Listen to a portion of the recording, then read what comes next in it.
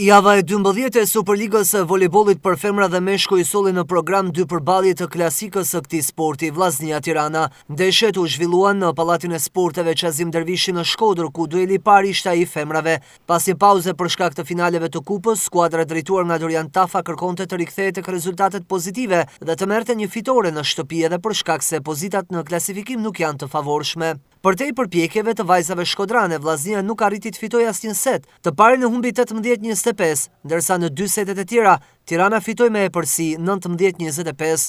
E gjithë ndeshja shkoi në favor të kryeqytetasëve 0-3. Fitore lehtë, objektivat e skuadrës tonë janë tjera, objektivat e vllaznisë janë tjera.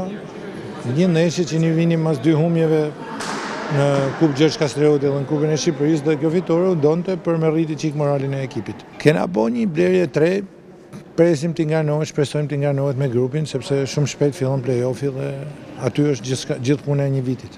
Pas javës së 12, vllaznia mbetet në kuotën e 8 pikëve në vendin e 6, duke lënë pas Teutën dhe Korabin me 7 dhe 0 pikë. Në krye të renditjes ndodhen Pogradeci dhe Dinamo me 30 pikë dhe Tirana e treta me 27 pikë. Ndryshe nga përballja e femrave, klasikja e meshkujve ofroi shumë më tepër rivalitet edhe për faktin se përballishin 2 skuadra që luftojnë për vendin e dytë në renditje. Seti i parë ishte mjaft i luftuar edhe për përcaktimin e fituesit, ku deshën pikët shtesë. Tirana triumfon 24-26.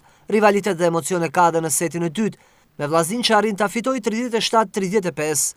Barazimi rihap plotësisht takimin, duke dhënë shpresë kuqebluve për përmbysje, por Tirana reagon në momente vendimtare, duke fituar setin e tretë 23-25 dhe të katërtin 21-25, duke mbyllur ndeshjen 1-3. Pas javës së 12, tek meshkujt kryeson Partizani me 26 pikë, Tirana e dyta me 20 dhe vllaznia mban vendin e tretë me 17 pikë, po aq sa Erzeni vendi të katërt.